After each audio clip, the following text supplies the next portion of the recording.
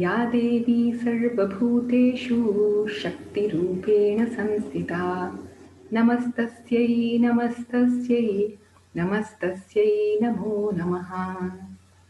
We offer salutations to the goddess who resides in all living beings as that Shakti, the divine energy. The goddess is often depicted as having many arms, and this depiction of the feminine divine is actually also very true for the woman today who has multitasking responsibilities and abilities. Menstruation is an integral part of womanhood. Ancient cultures all across the world have regarded menstruation as sacred, and they respect the special needs of the body during this phase. But modernization and a misinterpretation of feminism has led to a disregard of the cultural norms that were set for this phase. And this has come with a big price. In fact, these norms were established on the sound understanding of the feminine physiology. And the price that we've had to pay for this includes an increasing incidence of infertility. We've all grown up with these kinds of advertisements, which have actually reinforced the wrong understanding. So we see increasing incidence of infertility. We see an increasing incidence of PCOD, polycystic ovarian disease. These are the statistics from India, which showed that nearly 1/3 of girls had this problem.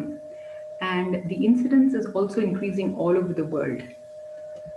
There's also an increasing incidence of fibroids, which are tumors in the myometrium or the muscle of the uterine lining, which lead to heavy bleeding. In an increasing incidence of hysterectomies, that is surgical removal of the uterus.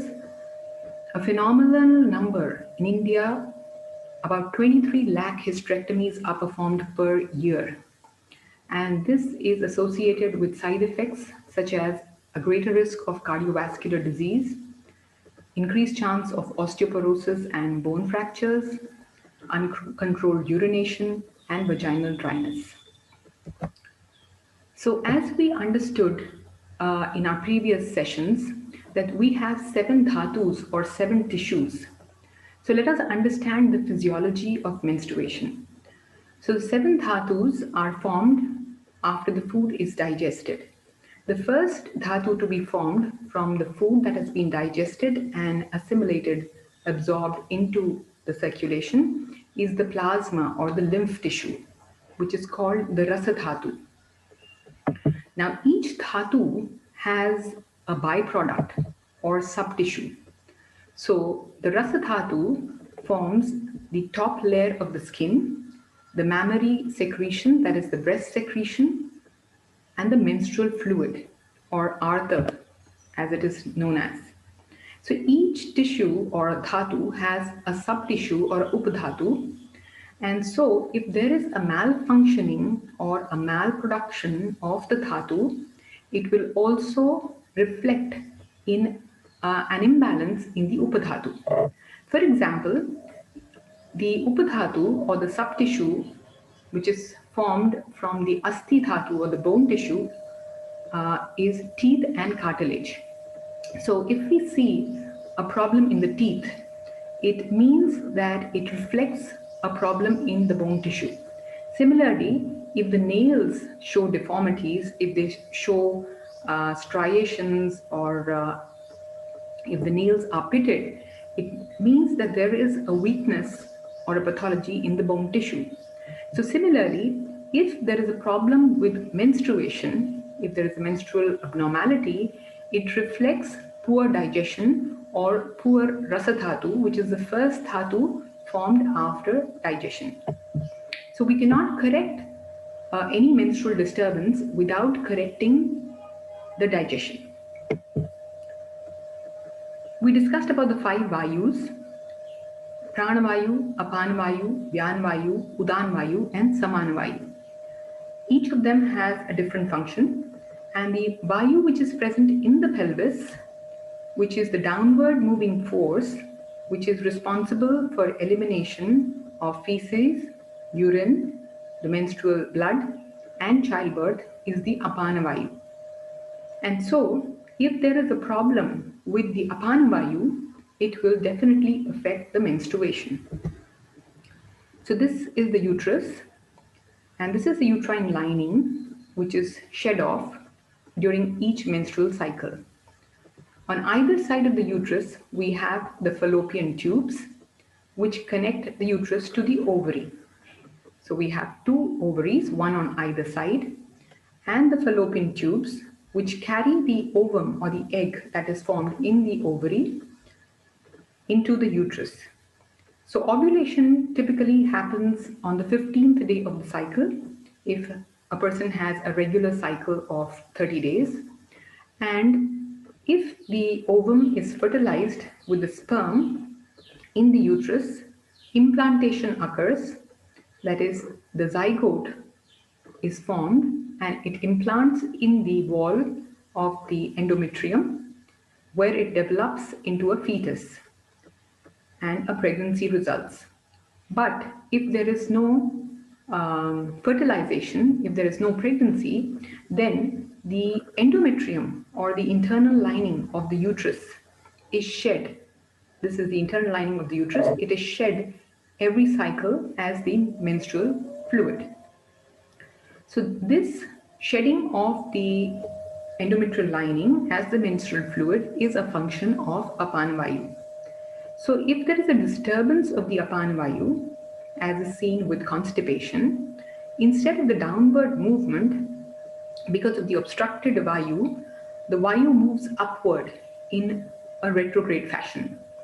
And this upward movement of Vayu can carry the endometrial tissue into the fallopian tubes and into the ovary or into the peritoneal cavity. So here we see deposits of that endometrial tissue inside the fallopian tube, also on the ovary and in the endometrial cavity. And this leads to a condition called endometriosis, which is also rapidly increasing these days. Because of the increase in Vayu and obstructed Apana Vayu, the endometrial tissue has migrated to places which is not normal for this tissue. So with each menstrual cycle, with a change of hormones, which leads to a shedding of the endometrial lining and bleeding, this tissue, which is located in these abnormal positions, also begins to bleed. And since there is no outlet for this blood, it accumulates here and forms cysts on the ovaries, which are called chocolate cysts. And this bleeding can be very painful because it accumulates in the narrow fallopian tubes and also in the in the peritoneal cavity. So we see how a disturbance of the Apana Vata has caused a pathology like endometriosis. So what are normal periods supposed to be like? Many of us experience pain during the period. We could have excessive bleeding or too little bleeding, premenstrual symptoms. All these things are becoming very common, and girls or women normally pop in painkillers to relieve themselves of the pain. But Ayurveda says that normal periods should be devoid of any pain or burning. And the color of the blood that is excreted should be the color of rosary pea. So these are the seeds children often play with. So this color is the color of the menstrual blood. Menstrual blood has also been compared to the color of rabbit blood. So this is the normal color. So if it is too dark with a blackish hue, it means that there is too much Vata. Or if it is too bright red, it could mean an excess of Pitta, which is usually associated with excessive bleeding. Normal periods should happen once a month, and Ayurveda says that on an average they should last about 5 days. They should not be unctuous, that is very slimy or sticky, and they should also not be very scanty or excessive. And the period blood should not stain the clothes, that is, it can be easily washed off. So these are the properties of normal periods. Ayurveda prescribes something which is called Rajaswala Paricharya, which means the do's and don'ts, the care to be taken during menstruation. So, how is the menstrual phase different from the non menstrual phase? Three important differences. First is that the menstrual phase is like a detoxification procedure. So, just like we have the different panchakarmas, which are detoxification procedures which clear the body of toxins, in the same way, menstruation is a natural detox that happens every month. Interestingly, if you see, women who are in their menstrual age group, that is before menopause, have much less incidence of chronic diseases like high blood pressure, like diabetes, coronary artery disease, and so on. Because this detox procedure that happens naturally every month, it gives them a protection against all these diseases because the body naturally detoxifies. Especially excessive pitta is removed during menstruation. And so there is a build-up of pitta in the body after menstruation stops, that is at the time of menopause. Also, there is a decrease in the digestive capacity. So the Agni is weak, which is called Agni Mandya. That is, during menstruation, the digestive ability or the digestive fire is weak. And also, the menstrual phase represents a wounded state because the endometrial lining is being shed. So there is a wound in the endometrium. So, taking these 3 points into consideration, different guidelines have been given regarding the do's and don'ts during the menstrual period. So, these are the do's and don'ts during Panchakarma. As we said, the menstrual phase is like a Panchakarma that happens naturally every month. So, just like in Panchakarma, precautions should be taken to avoid an increase in Vat, an increase of Vat in the body, and also a decrease or a suppression of the Agni. So, the following should be avoided, that is, talking loudly should be avoided because that aggravates Vat, traveling, a lot of movement, that aggravates Vat, prolonged walking or exercise, again, it increases Vat, continuous sitting. When we sit continuously, there's a pressure on the rectum, and that leads to an upward movement of wind. Whereas during the menstruation, or in fact during any panchakarma, we want the wind to be moving in the downward direction. So we don't want an accumulation of wind or vata in the system. Then excessive consumption of food, that is overeating, or consumption of food that is unwholesome, which will lead to a suppression of the digestive fire, should be avoided. Sleeping during the daytime should also be avoided. Again, that dampens the Agni, and so that can cause or create Am. Sexual intercourse increases Vata in the system, and that is also being described to be something that's forbidden during Panchakarma. Exposure to sunlight and negative emotions that are disturbing, like grief and anger, and holding on to the natural urges of urination and defecation, which is Vegadharan. That is, these natural urges actually represent strong movements of the wind. And when we hold on to these urges or we suppress these urges, that leads to an aggravation of Vata. So, what is the diet that should be had during menstruation? The diet that should be had should be very easily digestible. So, something like khichdi is excellent. The diet should be Vata and Pitta pacifying and Agni promoting so that we do not accumulate Am. So, the food should be warm, easily digestible, slightly oily so that it counteracts the increase in Vata, and fresh food that clears the bowels like oats, whole wheat, red rice, lentils, moong. Eggplant is a special recommendation during this period. It's also been recommended to consume about a teaspoon of sesame seeds each day for the first 3 to 4 days. The sesame seed should be chewed well and consumed, and this helps to shed the endometrial lining easily.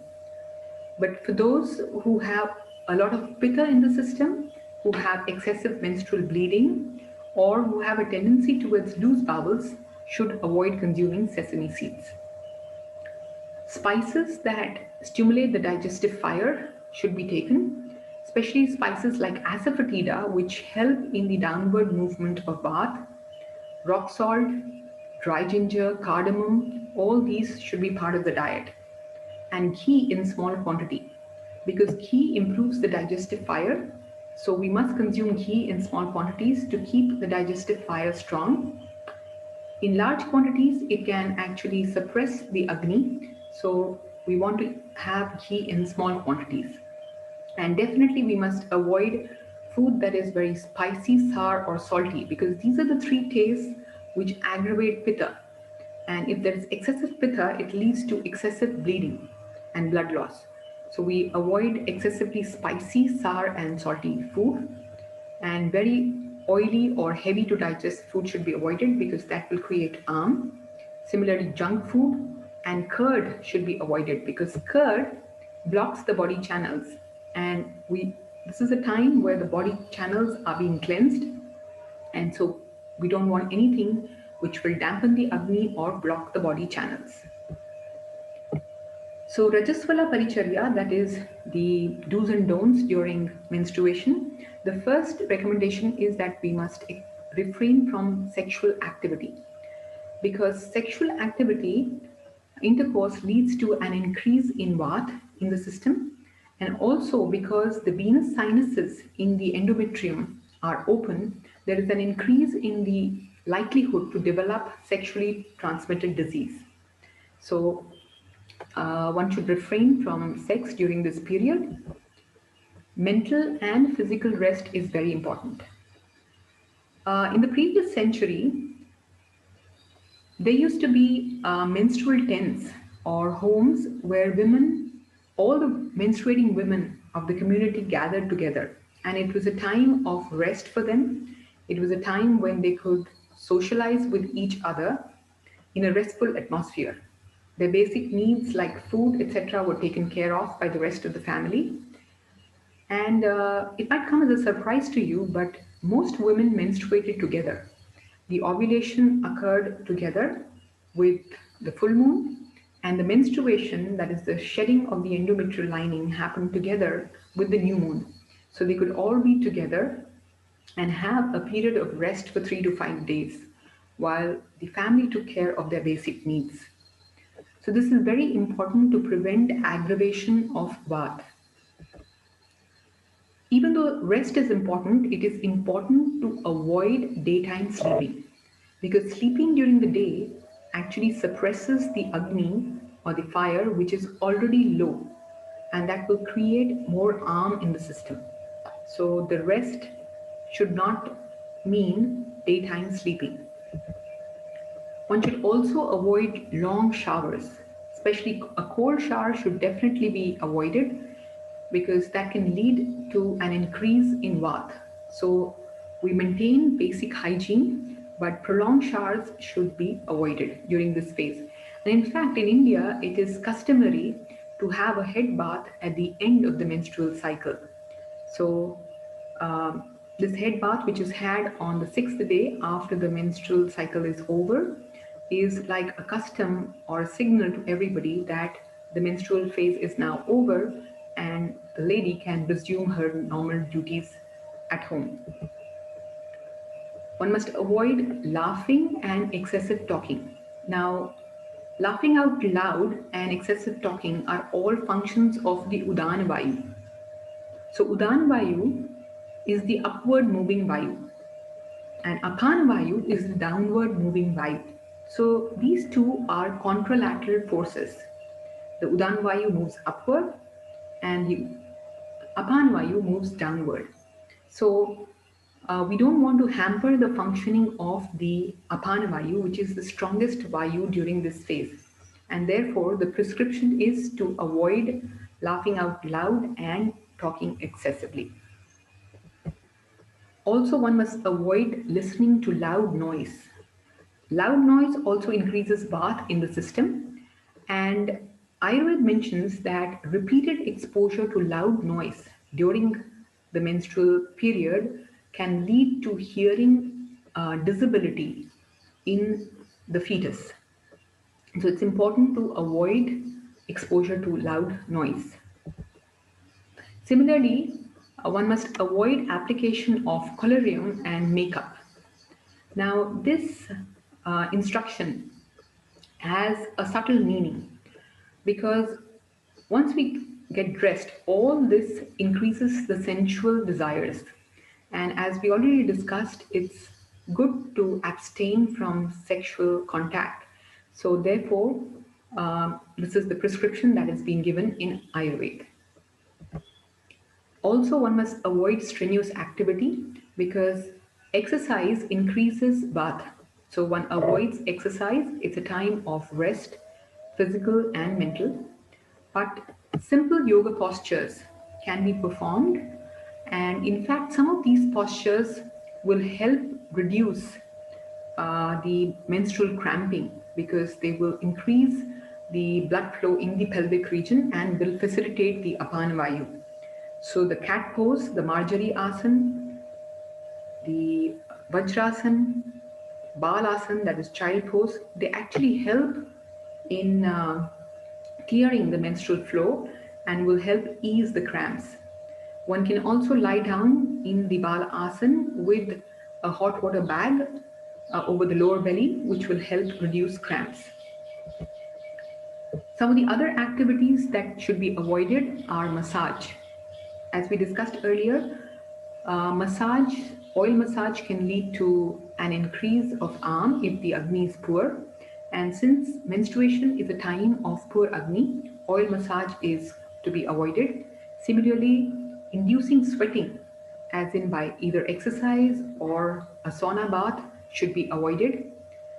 Other panchakarma procedures like inducing vomiting or nasya, that is instillation of herbal oil or ghee into the nose, is also to be avoided during this time because we do not want an increase of arm or an aggravation of bath.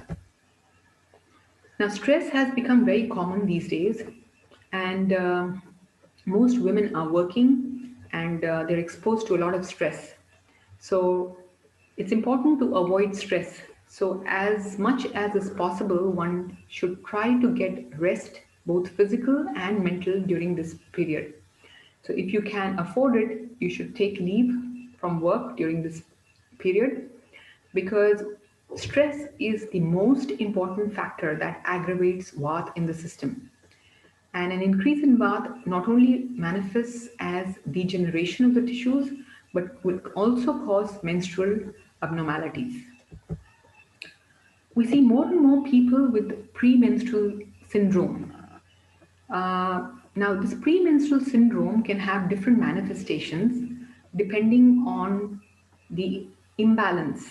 So, if there is an increase in bath, which causes dryness and constipation, there will be severe pain. So, severe menstrual cramping is usually seen when there is a lot of bath, and this cramping can begin before the menstruation actually begins, and it will be associated with bloating of the belly because there is a lot of gas in the intestines, with mood swings, which represents an imbalance of the prana vayu in the brain, can lead to sleep disturbances, insomnia.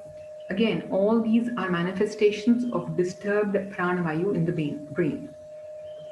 If there's an increase in pitta, that leads to inflammation and heavy bleeding during the period, which can be accompanied by loose bowel movements, burning, hives, acne, and so all these are manifestations of inflammation which are associated with excessive pitta.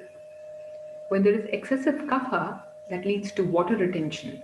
So you might feel that the ring in your fingers become tight, you gain weight, there's tenderness in the breast region. It can manifest as lethargy, and the menstrual bleeding has a mucus like consistency. So these are the manifestations when there is excessive kapha in the system. So the premenstrual symptom can be avoided if we avoid any or all of these disturbances. And important things to avoid include processed foods. So processed foods are usually heavy to digest, will create harm, so they should be definitely be avoided. Caffeine and alcohol both aggravate Vata and should be avoided. Excessive intake of salt, especially if you've been munching on potato crisps, that should definitely be avoided. Sour foods also tend to cause water retention. So you should avoid sour foods, especially in the premenstrual phase if you have a tendency to PMS or premenstrual syndrome.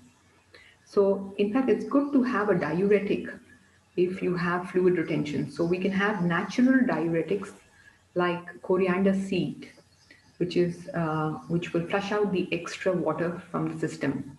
And a lot of cosmetics that we use these days contain harmful preservatives like parabens, sulfates, and ethanol, which all increase the premenstrual syndrome symptoms. So here are some common home remedies that you can use for the premenstrual syndrome. Definitely, one must take care of the Agni and prevent accumulation of Vata. So if you already have a lot of Vata in the system, then anise seeds are good. Tulsi, that is holy basil, is good. Fennel tea is excellent to reduce Vata.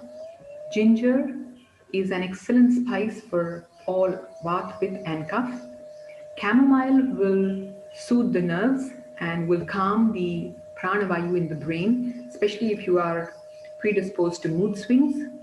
Turmeric, peppermint, and asparagus, which is excellent for the genitourinary tract and will flush out any water retention. Similarly, for pitta, you can use fennel tea, dandelion, which is again a liver cleanse and also an excellent diuretic, good for both liver and kidney. Dry ginger, coriander, all these can be used either in your cooking or as a tea. Chamomile is also excellent for pitta. Aloe vera is an excellent herb for the female reproductive system. So this will help to clear excessive pitta and it's also an excellent liver detox. But if you have excessive bleeding, then you must avoid aloe vera because it can actually increase the amount of bleeding. But if you have poor bleeding or cramping with less bleeding and excessive pitta and vata, definitely you can go for aloe vera. Cardamom, asparagus are other things which will help reduce pitta. If you have an excess of kapha with water retention and breast tenderness, then the recommendations are anise seeds, tulsi, dandelion, ginger, turmeric, peppermint, aloe vera, and black pepper. So we can use all these spices and herbs that are easily available in the kitchen to our advantage. And then there's menopause, the time when the menstrual cycle stops. So this also comes with a lot of problems. And again, depending on the state of imbalance, there could be different symptoms. So if there is a lot of bath, then it usually leads to mood swings, dryness of the skin and mucous membrane, which includes the vaginal lining, which can cause a lot of dryness in that area and predispose the person to recurrent urinary tract infections. And usually in the perimenopausal period, that is just before the menopause, there is scanty bleeding and a lot of cramping.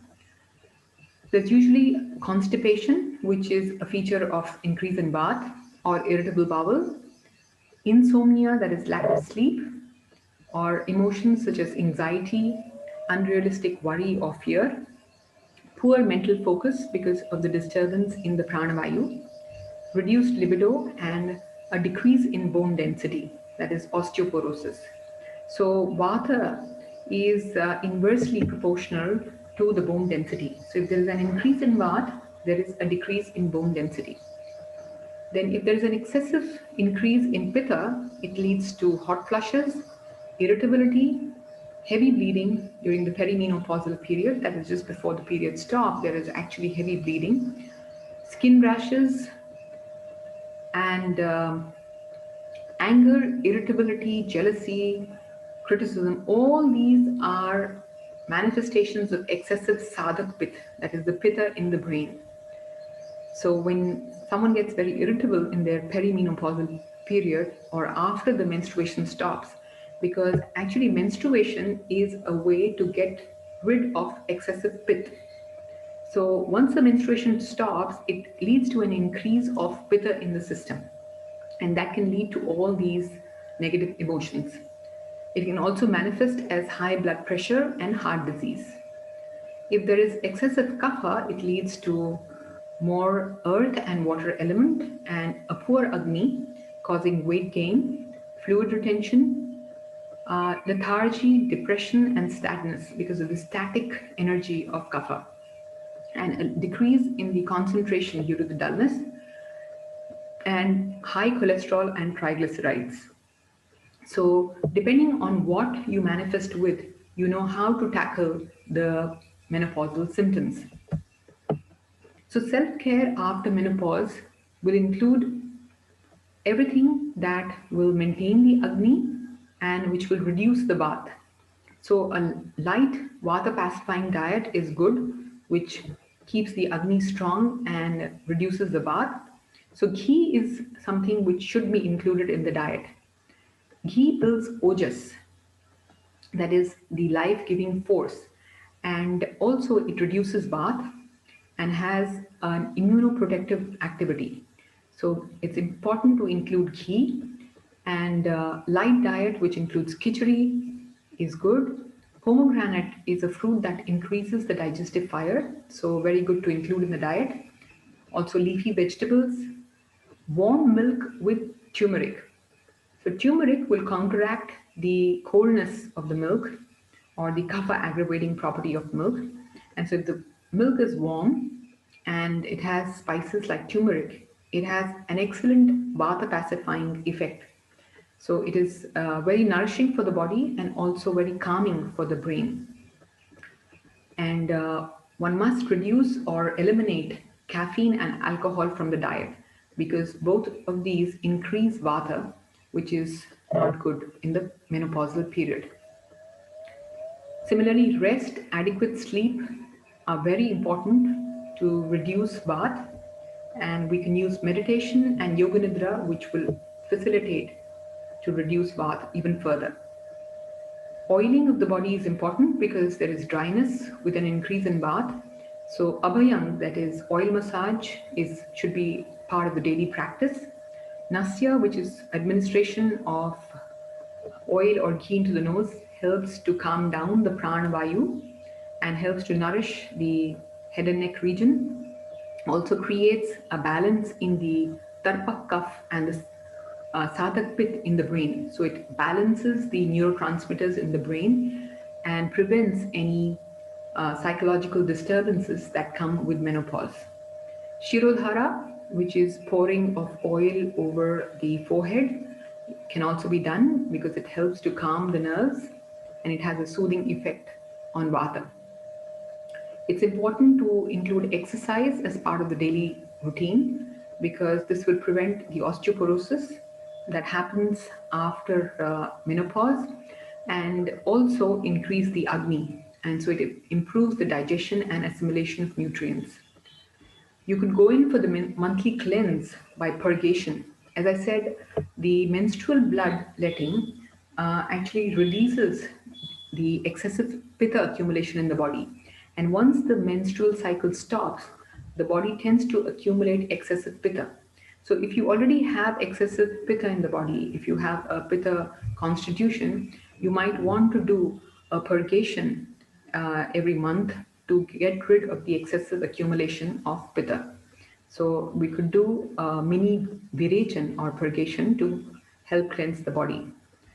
That is only if you have excess of pitta and toxins in the body. And rasayana is very important. So rasayan is they are herbs which have a rejuvenative effect on the body. And common examples are amalaki, that is the Indian gooseberry, chavanprash, and some of the herbs that are particularly good and rejuvenative in the menopausal period are aloe vera, giloy, and shatavari. So all these reduce excessive pitta in the body and have a rejuvenative effect on the postmenopausal phase. So with a prayer that we become women so strong that we can be gentle, so educated that we can be humble, so fierce that we can be compassionate, so passionate that we can be rational, and so disciplined that we can be free. So I conclude with this prayer, and I hope that all the bits of information that have been given are helpful to you, because women form the backbone of society. And if we can take care of ourselves and be strong, we can take care of society. So thank you, and see you again soon with another session. Namaste.